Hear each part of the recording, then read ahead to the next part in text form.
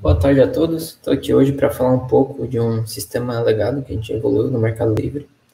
Então, só antes de começar o tema em si, vou me apresentar. Eu sou o Paulo Machado, trabalho mais ou menos 2 anos e meio no Mercado Livre. Já trabalho mais diretamente com o mercado envios e gosto muito de arquitetura de sistemas e sou um entusiasta de machine learning. Aqui eu também deixei meu contato, que se tiver alguma pergunta, algum outro tema que queira falar comigo, depois pode entrar em contato comigo. Mas, bom, iniciando, o que a gente vai ter hoje, né? O que eu preparei para a gente é uma conversa que eu vou dar primeiro um pouco do contexto do problema e explicar exatamente que sistema é esse que a gente vai conversar. Depois eu vou passar pela arquitetura dele e os problemas que levaram a gente a evoluir para uma arquitetura nova, como a gente fez o rollout, e a comparação um pouco do antes e do depois. No final também eu deixei reservado alguns minutos para algumas perguntas. E se durante a apresentação tiverem alguma pergunta pontual, ou eu estiver falando muito rápido, que pode acontecer, podem mandar no chat, que eu estou de olho aqui no chat também. Então vamos começar. Então, um pouquinho de contexto, né? Vamos conhecer um pouco o Mercado Livre. Bom, o Mercado Livre, né, não é só um marketplace. Não é só aquela página que a gente acessa para comprar itens, para comprar coisas. Tem todo o filtro do full. Também tem, por exemplo, o Mercado Pago, que é toda a parte fintech, onde tem pagamentos, bank, cartão. Também tem Mercado Shopping, Mercado Livre, publicidade. O sistema que a gente vai falar hoje é de Mercado Envios. Mas o que é o Mercado Envios? Mercado Envios é onde a gente tem toda a logística de entrega de envios no Mercado Livre, para entregar os produtos com rapidez e segurança. Então, continuando, a gente dentro do Mercado Envios, né, a gente tem alguns segmentos, né? Um deles, por exemplo, são os envios que usam a logística do Mercado Livre, como, por exemplo, aqueles que a gente vê lá no Mercado Livre que tem o filtrozinho por full, né, que são itens de logística do Mercado Livre, são um exemplo. A grande maioria dos envios estão nesse tipo de logística, né? Que são coisas que passam dentro do centro logístico do Mercado Livre, passam naqueles caminhões do Mercado Livre. Só que, e se você for um vendedor, né, que tem sua própria logística? Vamos supor que tu tem a tua própria logística para vender livros e entregar. Ou que tu tem a tua linha de eletrodomésticos e tem tua própria logística. Tu quer usar ela e quer anunciar no Mercado Livre para ter talvez um pouco mais de visibilidade no marketplace. Bom, o que o Mercado Livre oferece? O Mercado Livre oferece tecnologia para integrar no nosso marketplace e oferecer seus próprios custos e prazos de frete. Como, por exemplo, vamos falar um pouco da crônica do frete, o meli, o pedido e o guarda-roupa. Bom, o que tem nessa crônica, né? Vamos supor, né, que a gente acessa o Mercado Livre para comprar um guarda-roupa. Esse guarda-roupa específico aqui é vendido por e usa a logística do seller, né? O que acontece quando a gente acessa essa página? O usuário acessa o marketplace, quando acessa o marketplace chama um ecossistema de serviço do Mercado Livre, e em algum momento ele chama uma calculadora para pegar a cobertura, o preço e o prazo do frete. A cobertura é se entrega ou não em determinado destino. O preço é o preço do frete e o prazo é o prazo do frete. Bom, do qual sistema a gente vai falar hoje? É especificamente desse que calcula o prazo, o preço e a cobertura para fretes de envios para onde usam a logística do vendedor. Então, agora a gente entra no mundo da calculadora V1, então sistema legado. Nessa apresentação, quando eu estiver falando do sistema legado, ele vai ser chamado de calculadora V1.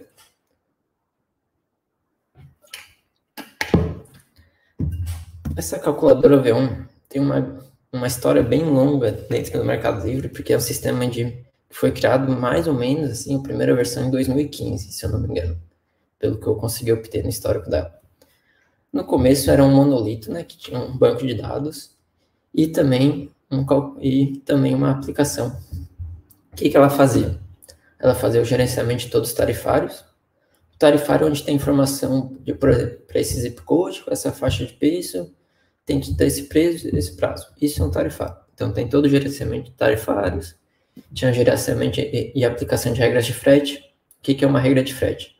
É o que faz alguma customização via regra mais específica, por exemplo, se o prazo é até 2 dias, esse é expresso, se é depois disso, um frete do tipo normal. Também faz o cálculo de cobertura, custos e prazos, ou seja, toda aquela caixinha que a gente viu, que é a parte core desse sistema. Além disso, também fazia a gestão de CEPs e tarifárias de correios, que era usado também, por exemplo, para validar se um CEP de destino que está sendo testado é válido ou não. Com o tempo, né, esse monolito evoluiu um pouco. Então, ainda na calculadora V1, foram feitas algumas refatorações e dividiu esse monolito em alguns microserviços. Por exemplo, virou um microserviço para gerenciamento de tarifários, um microserviço para gerenciamento de CEPs e tarifárias de correios, um para gerenciamento de regras de frete, e um que é o que recebia diretamente os requests de marketplace, que é para cálculo de cobertura, custo, prazos e aplicação de regras de frete. Bom, o que esse cálculo de cobertura, custo, prazo tem de um pouco problemático nessa aplicação? Quase todos os cálculos são feitos no banco de dados, ou seja, para escalar essa aplicação é necessário escalar o banco de dados. E além de tudo, esse banco de dados é usado por todas as aplicações. Não bastando isso, aqui eu botei só 4, mas existem algumas outras inúmeras que também acessam. Então, um grande gargalo dessa aplicação é o banco de dados, que para escalar não é tão fácil assim quanto uma aplicação. Então, além de tudo, as consultas feitas no banco de dados pelo Calculator API não são cacheáveis, ou seja, se cair o banco de dados, cai toda a aplicação e não tem resiliência, o que é um grande problema para a gente. Bom, além disso tudo, cada aplicação dessa funciona muito bem com uma coisa, que é o zip code, ou ZEP. Para cálculo de custo, prazo, funciona muito bem, só que com zip code. Aplicação de regras e gerenciamento funciona muito bem para zip code. Gerenciamento de CEPs do correio, só o zip code. Gerenciamento de tarifários, só o zip code. Então, vamos supor que chegou uma época que o Mercado Livre quer expandir essa solução de logística do vendedor para Chile, por exemplo, onde um zip code pode ser para o mesmo zip code para inúmeras cidades. Ou seja, diferente do Brasil, que cada rua, por exemplo, pode ter seu zip code bem granular, em alguns países não é bem assim que funciona. Um zip code não é um parâmetro muito bom para calcular frete. Então, isso foi outro motivador que a gente teve para evoluir essa arquitetura, esse sistema. Então, de forma resumida, o que a gente tem de problema aqui que foi o grande motivador da gente de evoluirmos? Bom, a integração dos microserviços, então, ainda está via banco de dados, ou seja, ficou um monolito distribuído, e a escalabilidade é totalmente dependente do banco de dados, o que é uma coisa não nos agradava muito, principalmente por temas de resiliência. O suporte era apenas para tarifários por zip code, ou seja, chegou um momento que a gente precisava evoluir e adicionar um tarifário por cidade. E para fazer isso, nessa arquitetura V1, da calculadora V1, seria necessário fazer uma refatoração gigante ou reescrever quase todos os sistemas, o que seria muito caro. E a performance não era tão boa assim, já que todas as consultas de cálculos dependiam do banco de dados e não eram cacheáveis.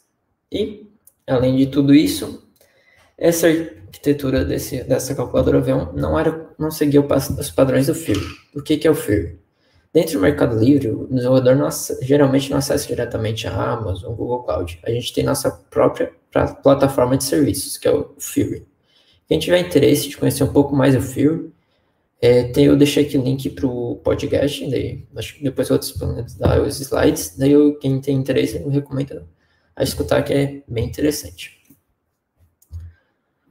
Bom, dado todos esses problemas, né, chegou a hora que a gente pensou, bom, a gota d'água, na verdade, foi tarifário por cidade, né, que não valia muito a pena para a gente fazer todos os refactors, né? E chegou o momento que a gente pensou, bom, e o que a gente pode fazer para ter uma arquitetura nova que atenta a tudo que a gente precisa e resolva todos esses problemas?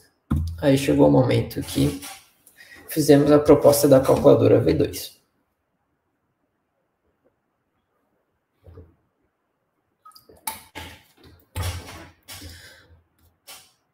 Bom, o que a gente tem na calculadora V2?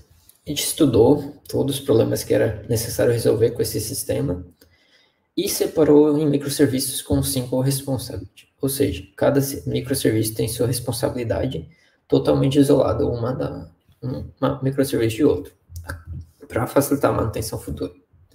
Por exemplo, a gente criou um microserviço para só apenas gerenciamento de regras de frete, com seu banco de dados separado, tudo separado. Aqui a gente também vê outra mudança, né? Na calculadora V1 era escrita em Python. Na calculadora V2, os microserviços são escritos em Go. Bom, aqui a gente também criou um microserviço para aplicação de regras de frete, totalmente isolado, com todo o seu banco de dados e seu próprio cache. E também escrito em Go. Aqui o que mudou? Todo o gerenciamento de regras de frete é totalmente independente da aplicação. Ou seja, se um dia tiver algum problema na aplicação de gerenciar o frete, não vai afetar a aplicação. E também a publicação de regras de frete é assíncrona, ou seja, não é muito mais resiliente. E além de tudo isso, nas regras de frete a gente teve uma grande evolução, que na calculadora V1, o front-end possuía componentes que geravam as regras, que eram traduzidas para código Python, esse código Python era lido e executado no tempo de execução. Nessa nova arquitetura, a gente mudou para usar o JSON Logic. Mas o que é JSON Logic? É uma DSL para escrever regras usando JSON. Ou seja, hoje em dia, os componentes no front-end transformam as regras em JSON Logic. Ou seja, o que é JSON Logic? São regras na DSL JSON Logic, post-end, OR, tudo isso, e podem ser aplicados em um conjunto de dados. Então, isso também ajudou muito nossa performance. Bom, outra parte core desse sistema que ele tem que fazer é ter todo o gerenciamento de tarifários, que ficou totalmente isolado também do cálculo de cobertura, custos e prazo, que foi uma grande evolução. E além de tudo isso, a gente tem um Hub API que é responsável por chamar todos os microserviços necessários nesse novo ecossistema. Mas, bom, hoje eu quero falar um pouco mais dessa Calculator API, que é responsável pelo cálculo de cobertura, custos e prazos, né, que foi a grande evolução do nosso sistema. Bom, apesar de a gente ter mudado para Golang, botado caches, mudado a arquitetura para microserviços e não monolito distribuído, uma coisa que realmente ajudou na performance e tudo que a gente teve foi entender o problema e usar a estrutura de dados correta. Só que antes de chegar no tema da estrutura de dados, eu queria demonstrar um pouquinho o que é um tarifário, né? Só para ficar um pouco mais claro. Então, um tarifário, né, pode ser imaginado ou visto como um grande tabelão, né, que possui faixas de zip code ou range de zip code, que algumas faixas zip code possuem faixas de peso, e nessa combinação a gente possui o valor do frete, o prazo e também algumas taxas adicionais, como impostos ou taxas fixas. Bom, com isso agora a gente tem um problema, a gente precisa resolver. Como fazer todo esse cálculo de forma que não fique, por exemplo, dependente do banco de dados e seja totalmente cacheável e resiliente. Bom, aqui se a gente olhar, existe uma estrutura de dados que talvez atenda a gente, que é a interval tree. Aqui, ó, a gente pode olhar aqui, que tem ranges, né? Tem um range início, um range final, um valor. Daí o nodo da esquerda dela tem outro range início, final, outro valor. E assim por diante. E o que a gente pensou? E se a gente aplicasse isso no nosso tarifário por zip code? E usasse os ranges como se fossem os zip codes? Bom, foi isso que a gente fez. A gente aqui, essa é uma representação mais simples de uma árvore por zip code, com 3 nodos, só para exemplificar. O que a gente usa?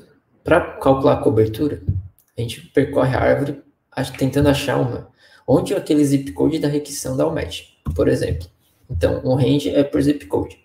Caso o zip code que seja pedido não demete nenhum nodo, é que não tem cobertura. Então, é aí nesse ponto que a gente valida a cobertura. E o que tem de valor na árvore de zip code? O que é o valor do nodo? É uma referência para outra árvore, a árvore de faixa peso. O que tem nessa árvore de faixa peso? Tem um range por faixas de peso, por exemplo, de 10 a 19 gramas, e também cada nodo possui um valor. Esse valor é o que a gente realmente usa para saber o preço base, o speed, que é a velocidade, e algumas taxas adicionais. Bom, ou seja, agora para a gente calcular um preço, um prazo ou a cobertura, basta percorrer uma árvore dessas que a gente tem exatamente o preço base, a velocidade e alguns dados de taxas adicionais. Bom, atualmente a gente deixa tudo isso em memória, ou seja, a partir do ponto que percorreu a árvore, a gente já tem o valor do preço, prazo e algumas taxas adicionais. Com isso, como apenas alguns cálculos de soma, adição, multiplicação, a gente tem o preço final. Tudo isso em memória. Bom, só para citar um pouco como é que ficou o tarifário por cidade também, que eu comentei anteriormente, que foi nas motivações, a grande mudança, na verdade, é que aqui no primeiro item, a gente não tem mais o range de zip code, a gente tem apenas uma cidade.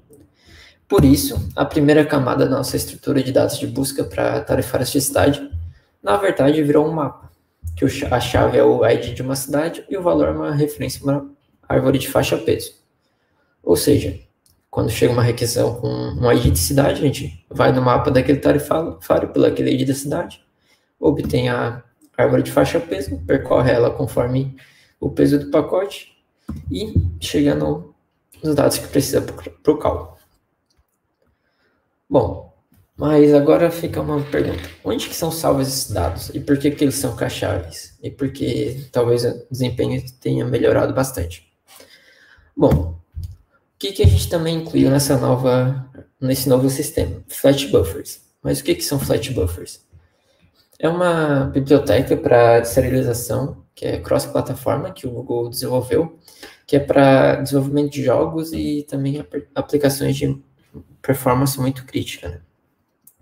Mas o que exatamente, né, a gente olhou dentro de flat buffers? Um dos pontos foi que a gente podia acessar o dado sem precisar deserializar ele, ou seja, a leitura poderia ser muito mais rápida e também que é eficiente em memória e velocidade. Agora eu vou mostrar onde estão salvos cada coisa dentro da nossa aplicação. Onde ficam os tarifários no Calculator API, né? O que fica no banco de dados? Ficam os flat buffers, né? Que são os dados que a gente tem necessário para gerar a estrutura de dados dos tarifários. Por exemplo, fica em formato flat buffer todos os nodos das árvores. E o que a gente tem no cache distribuído? A gente também tem em formato flat buffers, ou seja, no cache distribuído também tem todos os dados para gerar a árvore de cada tarifário. E o que a gente tem em memória? A gente tem a estrutura de dados pronta para busca, ou seja, as árvores ou mapas. Bom, qual que é a ideia? Cada instância que está rolando o Calculator API, o microserviço responsável por calcular cobertura, preço, custo, depois que carrega uma vez a estrutura de busca na memória para aquele tarifário, ou mapa para a cidade, ou a árvore para zip code, ele mantém memória para sempre, usando um cache LRU. Ou seja, tudo está sempre em memória, praticamente nunca vai no cache distribuído para de dados. Daí você pode estar pensando, tá, isso não usa muito a memória?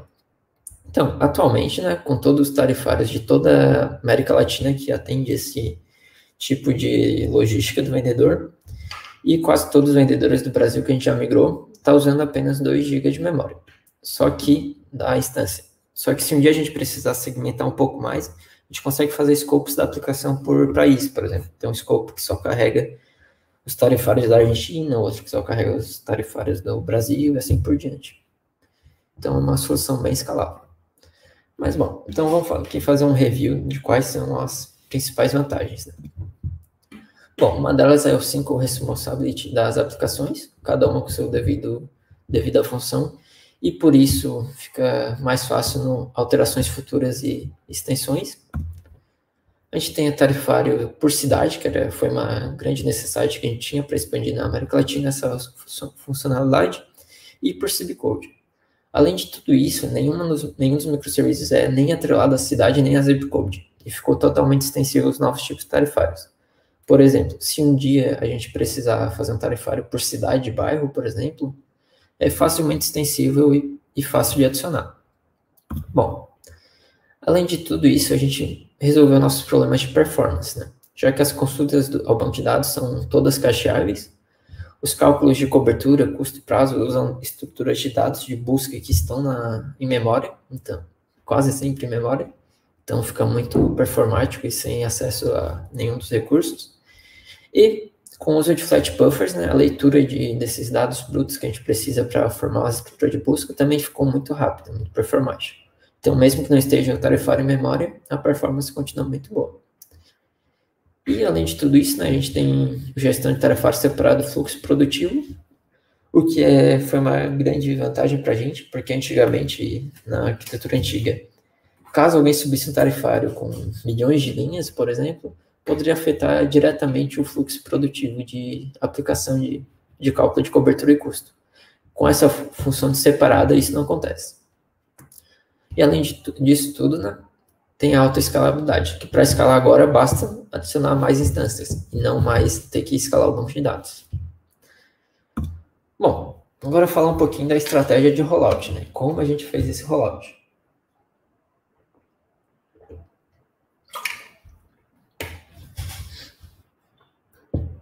Bom, vocês lembram ali que eu passei um pouco rápido por esse Hub API, né, que a gente estava falando naquele outro momento. E uma coisa que eu queria deixar claro, né? Eu deixei esses 3 pontinhos aqui, né? Porque tem outros microserviços nessa nova calculadora também que eu não botei aqui porque esses aqui são os mais interessantes que eu queria focar nessa apresentação. Mas também existem outros. Bom, por que eu estou apontando para o Hub API? Vocês lembram lá no começo que eu botei aquela parte que tinha serviços MEL e chamam calculadora?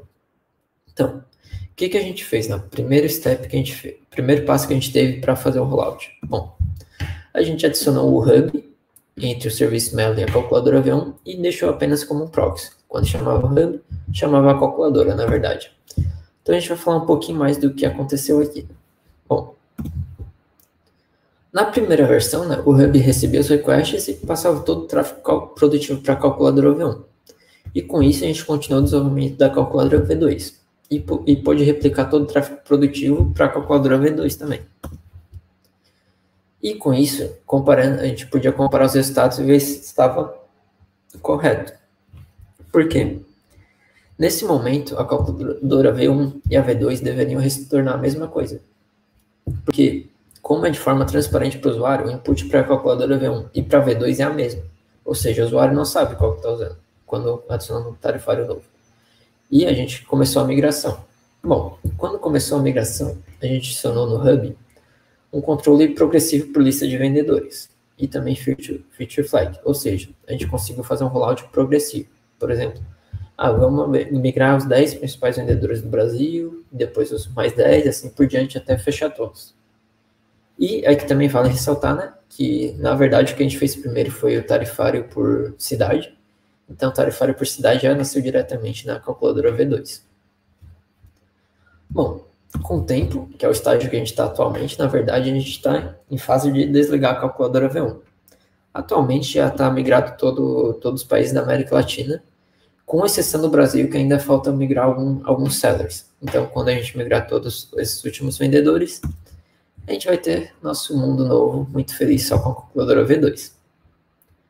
Bom, então agora chegou o momento que eu quero mostrar um pouco da comparação, né? Da calculadora V1 com a V2, o que mudou. Bom, antes eu queria relembrar um pouco, né? Que a gente está falando desse sistema, né? Que faz o cálculo de custo e prazo. Bom, o que poderia levar um sistema, né, a ficar legado para isso? O que transformou em um legado que a gente teve que criar um novo sistema? Bom, um grande motivador foi a resiliência. A gente não pode ter um sistema que é acessado pelo marketplace que não é resiliente. Por exemplo, se cair o banco de dados, a gente não pode deixar indisponível para o usuário, né, que quer comprar um guarda-roupa, por exemplo, e ficar sem a cotação de preço e prazo. É algo que não pode. A gente quer evitar todo o custo possível. Então, foi um grande motivador. Outro grande motivador, A gente quer expandir para novos tipos tarifários para atender mais países. Então, se a gente tem um sistema que não suporta essa expansão, chega um momento que ele vira um legado que a gente realmente teria que evoluir. E foi um grande motivador. Outro motivo. Esse sistema da calculadora V1, por ser um sistema mais antigo e foi feito em outra época, ele não seguia toda a prática de clean code, por exemplo, não possuía documentação. Então, toda alteração que a gente fazia nele podia ser meio problemática, porque a gente não tinha noção real do impacto da alteração. Então, vamos supor, eu quero adicionar um novo tipo de imposto no tarifário. Na calculadora V1, isso era um pouco problemático para fazer, porque não tinha documentação e mexer naquele código era meio perigoso, né? Era meio que uma caixa preta que a gente não tinha muita noção do real impacto de cada coisa. Bom, então agora eu vou ter aqui um comparativo só para a gente ver um pouco mais claramente cada coisa, né? Então, na calculadora V1, né, a gente tinha toda aquela dificuldade para alterar, evoluir o sistema, adicionar novos tarifários, e isso também envolvia a correção de bugs, né? Todo bug que possivelmente poderia surgir na calculadora V1 seria muito problemático para a gente. Já na calculadora V2, né, a gente tem um sistema preparado para evolução e extensão e totalmente pensado para realmente evoluir. Não foi pensado para ficar parado naquela época e ter só aqueles tipos de tarifário. Já é feito realmente para evolução e ser de alta escalabilidade. Na calculadora V1, a gente tinha muito problema de resiliência, né? Como era muito dependente do banco de dados. Por sorte, acho que nunca ocorreu do banco de dados ter um lock ou cair, então a gente deu um pouco de sorte. E na calculadora V2 é totalmente resiliente, né? Pode cair o cache distribuído, pode cair o banco de dados, que tudo vai continuar funcionando ainda por algum tempo até todos os recursos se recuperarem. Então isso foi uma grande vitória para a gente, né? E, além de tudo isso, na calculadora V1 a gente não tinha documentação. A gente não tinha documentação dos códigos, não tinha documentação dos endpoints. Ou seja, toda equipe nova ou pessoa que fosse trabalhar no projeto, para descobrir o que ele fazia e como fazia, entender ele, tinha que olhar diretamente no código e torcer para tá tudo certo. Já no novo, a gente adicionou documentações. Então, hoje em dia, todos os endpoints são documentados, o código é documentado, o que faz em cada fluxo é documentado, a arquitetura é documentada, então é muito melhor a manutenção. Além de tudo isso, né, como a calculadora V1 surgiu antes do Fury, muitos dos testes já criados não são compatíveis com o CI que a gente tem no Fury. Então, a gente dependia também de quando fazer alterações, soltar o teste na máquina, todos os testes. O que a gente sabe que às vezes é um meio problemático. Já na calculadora V2 já é tudo adaptado no Fury, totalmente dentro da nossa plataforma. Bom, e outro ponto que eu queria mencionar da calculadora V2 é que ela possui toda a traçabilidade e observabilidade. Ou seja, se eu tiver o ID de uma requisição que aconteceu para a calculadora V2, eu sei exatamente o que aconteceu em todos os microserviços relacionados com ela. Tem um log de tudo que aconteceu e também tem exatamente o que aconteceu dentro da aplicação de regras de thread, por exemplo. Eu sei exatamente o que uma regra fez e o que ela alterou. E também sei exatamente o que aconteceu no calculator, por exemplo. Sei exatamente o que ele percorreu de tarifário, o que retornou, quais impostos aplicou, quais taxas adicionais, qual foi o preço base e qual foi o prazo que acabou saindo. Bom, esse é o grande comparativo, né? Agora eu queria mostrar um pouco a evolução da performance. Não, antes disso, desculpa. Como eu citei que dependia muito de banco de dados, né? Vocês podem ter ficado curiosos, tá? E o que tinha nesse banco de dados da V1? Qual que era o tamanho dele? Bom, o tamanho dele, o que era, né? Ele tinha um banco primário, né? Algumas réplicas, né? Que tinham esses tipos de instâncias na Amazon. Tinha uma instância do tipo M5 12x large, que, se eu não me engano, tem 48 CPUs, e mais essas outras aqui que são gigantes também. Ou seja, para suportar a calculadora V1, era necessário todo esse banco muito robusto, então chegava a ser um pouco caro até. E o que a gente tem na calculadora V2, né? Os bancos de dados, por exemplo, a gente fica com 2 M5 large por aplicação. Por que fica com 2? Porque tem sempre o principal e a réplica. É o mínimo que a gente tem. E esse M5 large, né, é o menor que a gente tem disponível. Inclusive, eu achei que era uma instância menor para o flavor small que a gente tem. Ele tá até oversized, até, na verdade. Então, essa foi a evolução de banco de dados que a gente teve. E agora eu queria mostrar um pouco a evolução da performance em si. Bom, na calculadora V1, só queria relembrar que o grande motivo que a gente fez essa evolução não foi exatamente pela performance, e sim pela resiliência e manutenção do sistema. Mas a performance na calculadora V1 tinha um P99 de mais ou menos 142 milissegundos para fazer o cálculo da cobertura, custo, prazo e aplicar a regra de frete. O que é o P99? Significa que 99% das requisições respondem até 142 milissegundos. Bom, na calculadora V2, como que ficou, né? O cálculo de cobertura, custo e prazo ficou em mais ou menos 1 milissegundo, P99. Bem mais rápido na calculadora V1. Aí vocês podem estar pensando, tá, e a aplicação de regras de frete? Né? Pode ser esse o gargalo?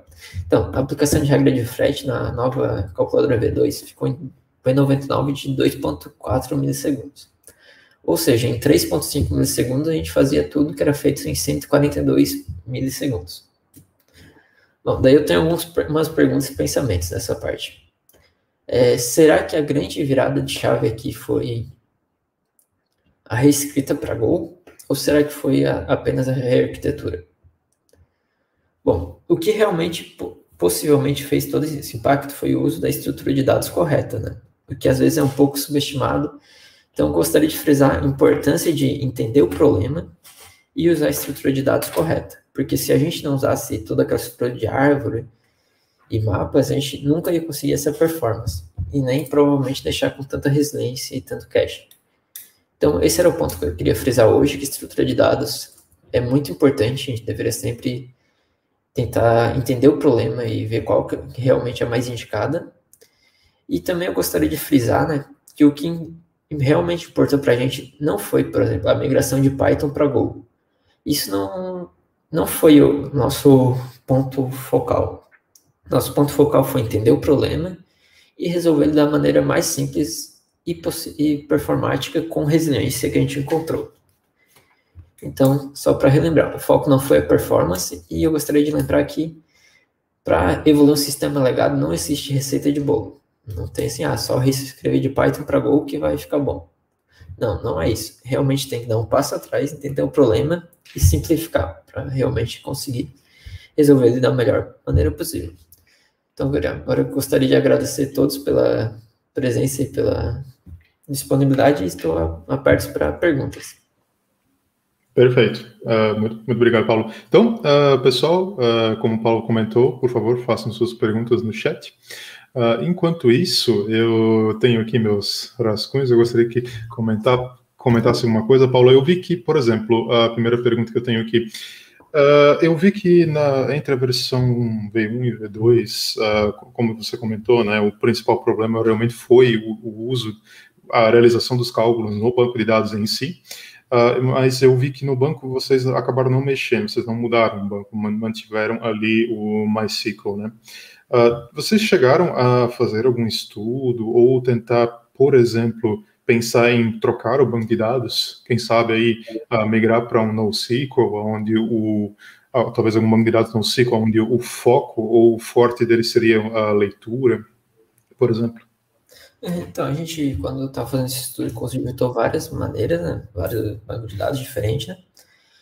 No Fury a gente tem algumas limitações que a gente não tem todas do mundo disponíveis, né? Tem só apenas mapeados. Só que a nossa ideia era realmente não depender do banco de dados. Era realmente ter pelo menos os 3 níveis de cache. Cache memória, cache distribuído e depois que constar algum banco de dados, independente de qual fosse. Então, o nosso foco realmente foi deixar tudo o mais cacheável possível. Mesmo que para fazer isso tivesse que ter um pouco mais de memória nas instâncias que estivessem rodando. Perfeito. Bom, considerando isso, e considerando o que você disse, realmente o foco do sistema, ou o problema maior que o sistema está tentando resolver é a questão da leitura, né? Então, eu imagino que vocês tinham muito mais leitor do que escrita nesse caso, o que faz todo sentido. Perfeito. Bom, continuando aqui com a pergunta do Marcos, o Marcos, ele pergunta, como que foi o processo de adaptação do time de desenvolvedores em relação ao desenvolvimento Python para Go? Houve alguma resistência? Quais que foram, talvez, até posso acrescentar aqui, quais que seriam talvez as dificuldades nesse processo, nessa mudança? Sim. Nesse caso, né, na nossa equipe, na época, na verdade, a gente já trabalhava mais em Go. Só que a gente recebeu o projeto para dar manutenção que era Python. E tinha todos esses problemas. Daí, com o tempo, a gente ficou com ele mais ou menos um trimestre, né, 3 meses, e surgiu a necessidade de evoluir, né? Por exemplo, vamos adicionar um novo tarifário por cidade.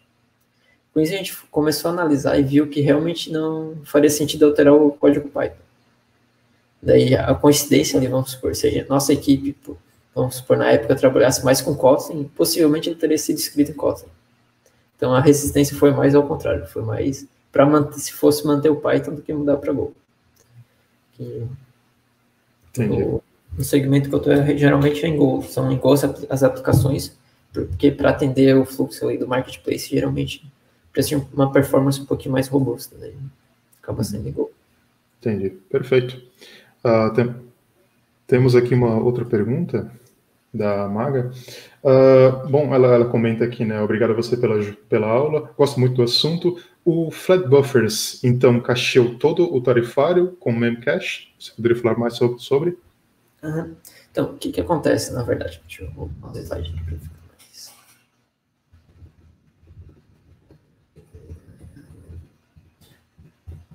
Aqui no fica um pouquinho mais claro.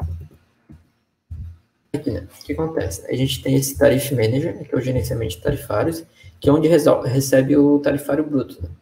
Hoje em dia tem um arquivo de tarifário único, que é uma planilha Excel gigante. Né? Daí o que acontece? Ele processa esse tarifário, né? E transforma num JSON.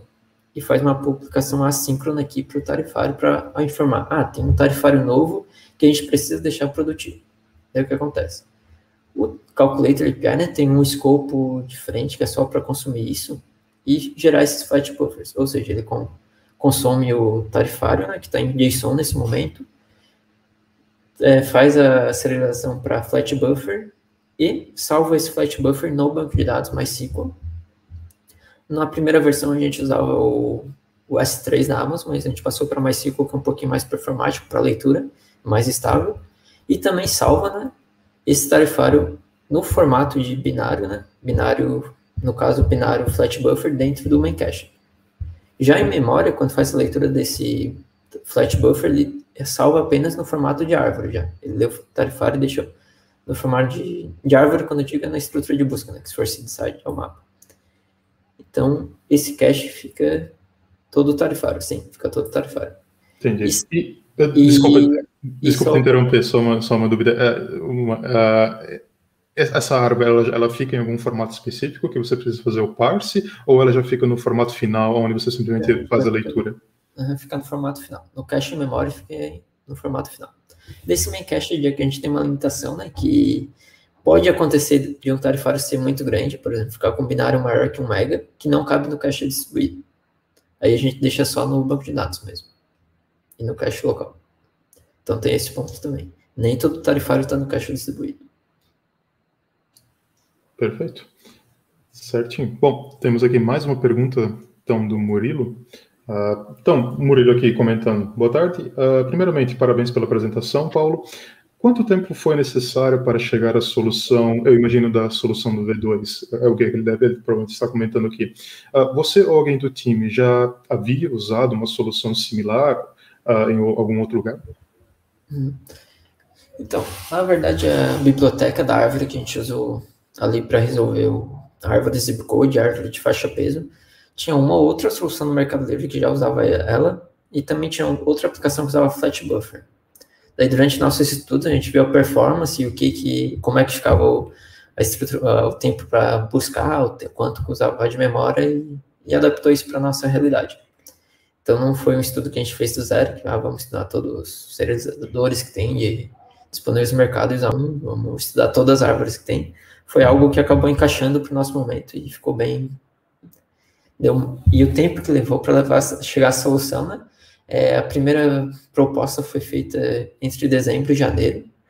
Daí, no final do primeiro trimestre, foi feita a primeira versão. No segundo trimestre, foi feito o rollout para tarifário de cidade. E agora, no terceiro trimestre, está sendo tarifário por zip code, ou seja, do Brasil, México e Argentina. Daí falta só o do Brasil. Alguns vendedores. Perfeito. Temos aqui, então, mais uma pergunta.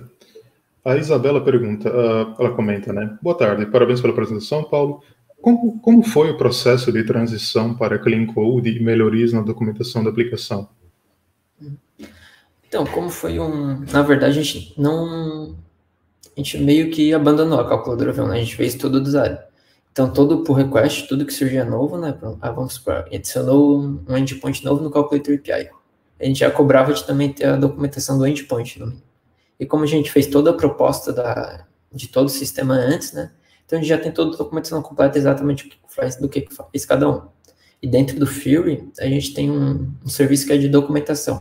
Daí lá a gente tem os dois segmentos, né? Documentação de APIs e documentação geral. Né? Tudo ficou documentado. Porque como já nasceu de uma proposta oficial que precisou ser documentada, que também não foi do dia da noite para aceitarem essa transição do Calculator V1 para 2. Né?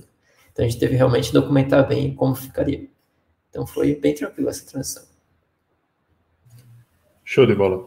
Bom, infelizmente ali não temos tempo para mais nenhuma pergunta. De qualquer forma, Paulo, eu agradeço muito a sua presença, obrigado pelo seu tempo. Parabéns aí pela migração. A gente sabe aí como desenvolvedor migrar nunca é fácil. Ainda mais sistemas legados, né, onde você tem toda uma problemática que não é simples de resolver, mas agradeço muito o seu tempo. Se quiseres deixar agora o comentário sobre de alguma forma de comentar em contato com você, ou se quiseres comentar mais alguma coisa, fica à vontade. Muito obrigado pelo convite, foi uma honra estar aqui no primeiro Boteco da Talks, foi bem divertido. E muito obrigado a todos que participaram, deixaram perguntas também. E quem quiser me encontrar pode pesquisar por Paulo Ricardo Silveira Machado no LinkedIn, que só tem eu mesmo. E se precisar, tiver alguma pergunta, quiser comentar sobre alguma coisa, pode mandar mensagem que eu estou disponível. Então, muito obrigado a todos. Beleza, a gente que agradece a participação, foi muito bacana a palestra. Perfeito. Sim. Excelente.